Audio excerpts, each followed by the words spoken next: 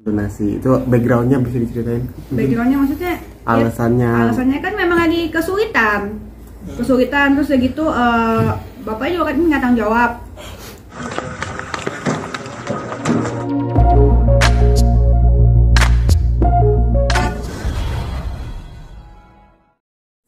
Terkait yang lagi viral nih kemarin ini, lo himpun donasi itu backgroundnya bisa diceritain? Backgroundnya maksudnya alasannya kan memang lagi kesulitan terus udah gitu bapaknya juga kan nggak tanggung jawab.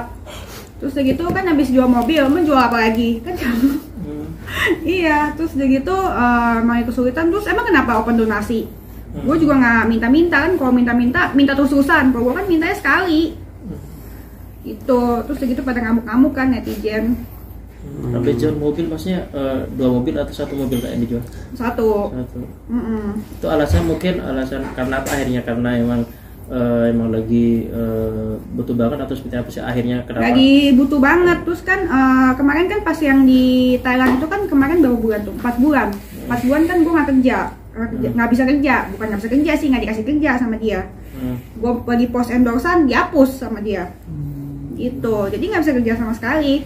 Nah terus segitu kan karyawan banyak, gue mesti gajiin, terus tetap gajiin, terus segitu jadi banyak nombok, terus mesti bayar kontrakan, terus segitu.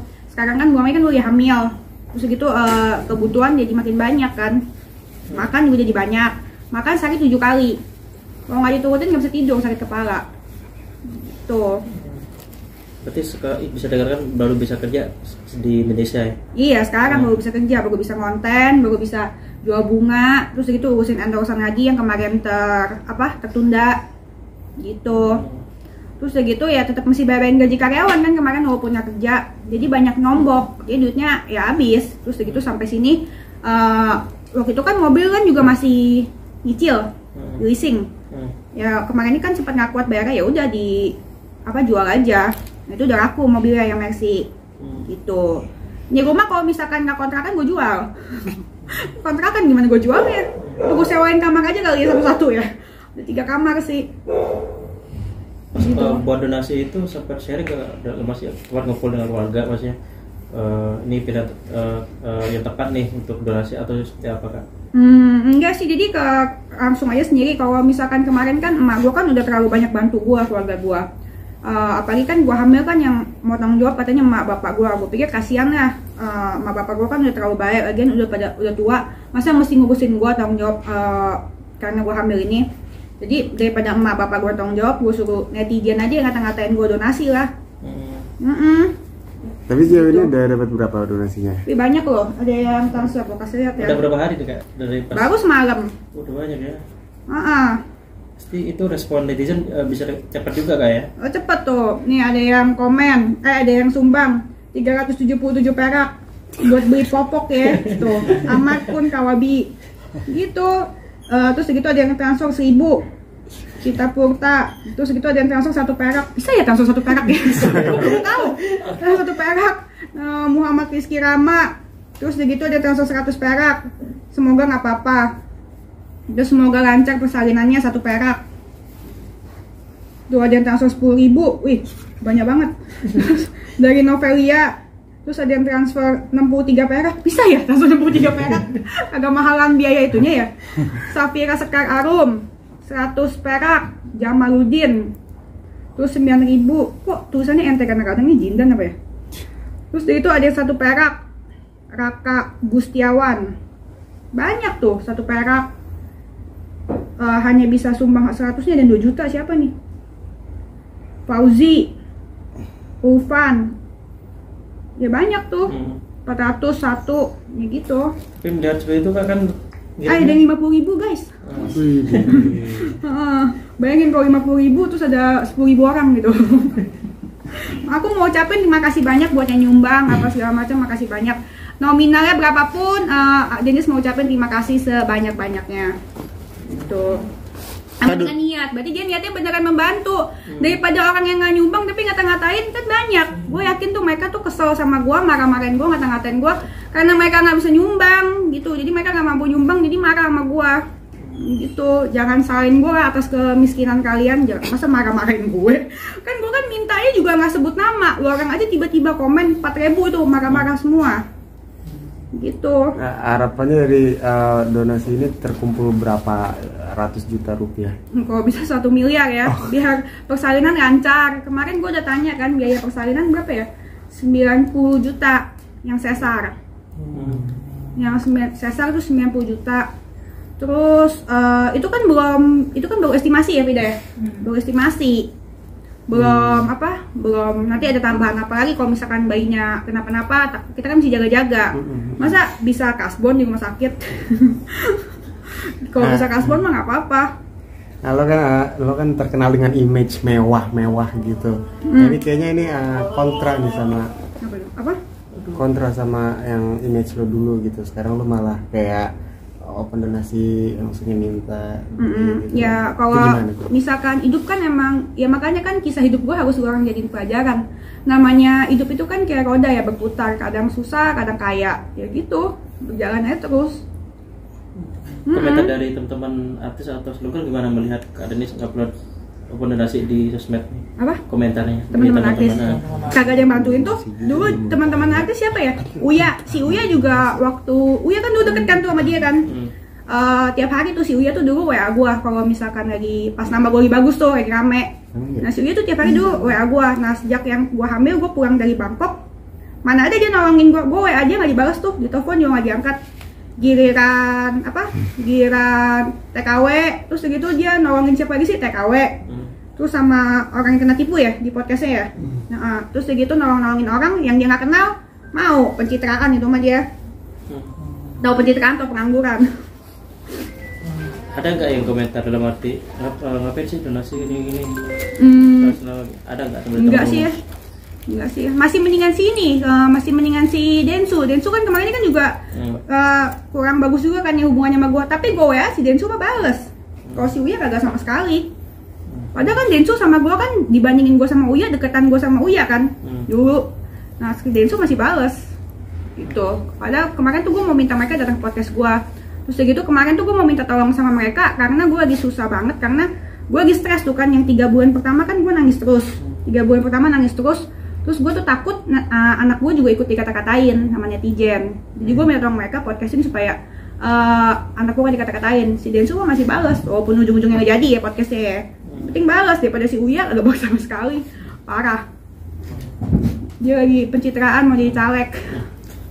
Tapi kalau Densu mau undang Densu atau kakaknya ke podcast? Dua-duanya dong biar untung. Kak Denis, flashback ke terjadinya sampai hamil, pacarannya gimana, terus gimana bisa terjadi kayak gini? Kalau kehamilannya kalau dibilang kecelakaan ya bukan kecelakaan, itu kan atas kemauan dia juga dan saya juga mengiyakan gitu. Jadi ya bukan kecelakaan. Cuman kalau misalkan dianya berubah habis hamil terus gitu jadi maki-maki saya, jadi kasar, terus gitu mabok terus, dia nggak berubah, dia nggak memperbaiki diri, ya aku nggak kuat dimaki-maki. Dia bisa maki-maki saya waktu itu karena dia bapak dari anak saya aja. Kalau enggak juga udah saya tinggal dari kemarin-kemarin. Tuh. Orang tua masing-masing gimana sebelumnya udah tahu nggak sih? Orang tua dia udah nggak ada. Orang tua dia udah nggak ada. Kalau mama saya dari dulu emang deket sama dia. Karena mama saya itu kan sama dia kenal udah dari saya umur 20 kali. Dari 17 gitu. Pokoknya udah belasan tahun kenal sama dia. Emang teman dekat saya, dan dulu juga tahun lalu kan pernah hampir nikah sama dia. Terus nggak jadi. Nah yang kemarin ini bulan Februari dia ngelamar saya gitu, ngelamar, dan kita pikir kan kalau misalkan itu berubah dong kalau udah mau pernikahan, jadi nggak mabok lagi. Makin parah, makin halu. Tapi komunikasinya saat ini sudah putus, benar-benar putus? Blok-blokan, nggak kontak sama sekali. Terus gitu dia juga gimana ya, kayaknya dia halu banget ya, makin halu. Dia bilang ke teman, jadi dia tuh kenapa saya ngoceh-ngoceh tentang dia kemarin, dia kan ngomong ke orang-orang, ngomong ke teman-teman kalau misalkan dia ngata-ngatain, jadi yang muter balikin fakta. Kalau saya kan ada buktinya, emang saya kabur dari dia karena dia pemabokan, terus kasar. Tapi alasan dia tidak mengakui maaf anak ini kenapa? Tiba-tiba aja. Jadi kan kemarin ini orang waktu di Bangkok aja kita sempet USG bareng kok. Nah terus kan udah gitu kan emang aku udah gak kuat lah dimaki-maki terus, dan maki-makinya parah dan kata-kata yang kotor dan jorok. Nah aku ada bukti videonya kok di YouTube aku. Nah terus udah gitu maki-makinya parah banget, ya udah aku cabut, aku kabur. Tahu bahwa karakter dia itu di umur berapa pacaran atau di hamil ke berapa? Apa? Karakter dia ketahuan bahwa dia Mulai orang timbul. kasar. Oh mulai ngomongnya kasar. Kalau misalkan dia pemabuk emang udah dari dulu. Cuman kan kalau misalkan pemabuk, aku belajar dari gigi aku. Dulu aku juga minum tiap hari, tapi aku bisa berubah, masa dia enggak. Makanya aku selalu kasih kesempatan buat dia. Nah kalau misalkan dia kasar sama aku itu dari aku hamil sebulan lalu dia kasar. Biasanya juga mungkin kasar, cuman dia lebih kasar, jadi ngomongnya lebih kotor. Terus udah gitu sayanya juga lebih sensitif kan, lagi hamil gitu. Tapi saya lihat di konten-konten kan saat lagi konten berdua atau bareng berdua kok kayaknya mesra gitu loh. Iya, karena banyak yang diedit. Kalau misalkan yang dia lagi mabok, kan dia maboknya malam, maboknya jam 7-an, jam 8-an, dan maboknya di rumah, jadi mungkin dia stres kali. Itu saat ngomong yang kasar, terus sama yang sebagai-bagian, dia tahu nggak ada video yang Oh itu kan yang ngerekam kan dia sendiri. Jadi dia tuh kalau misalkan lagi marah-marah, dia kan kayaknya rada-rada psycho deh. Karena kebanyakan minum sama ini narko di Thailand. Jadi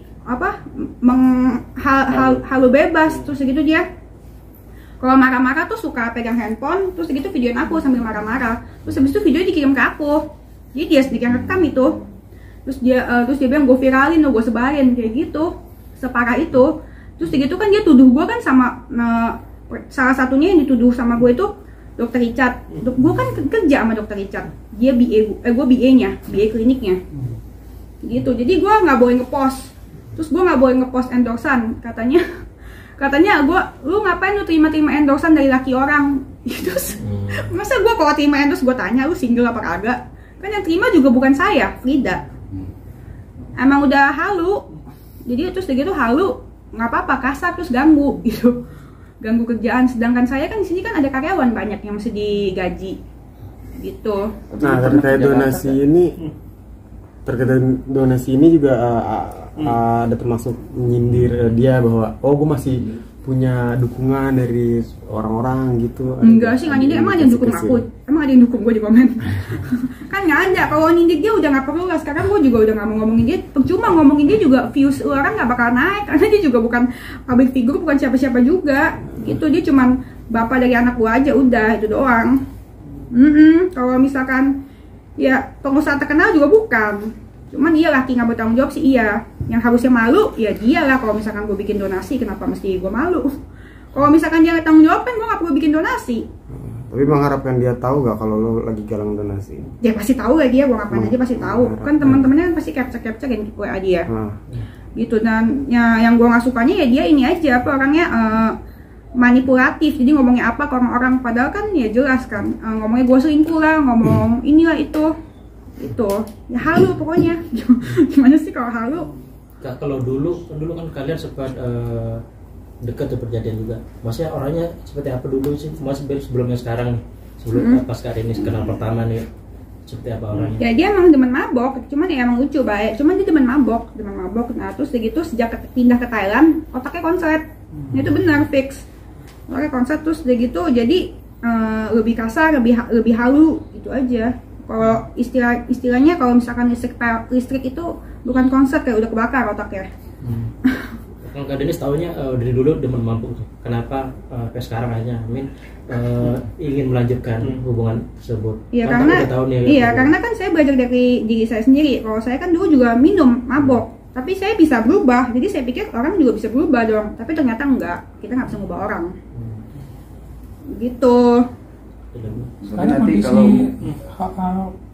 banyak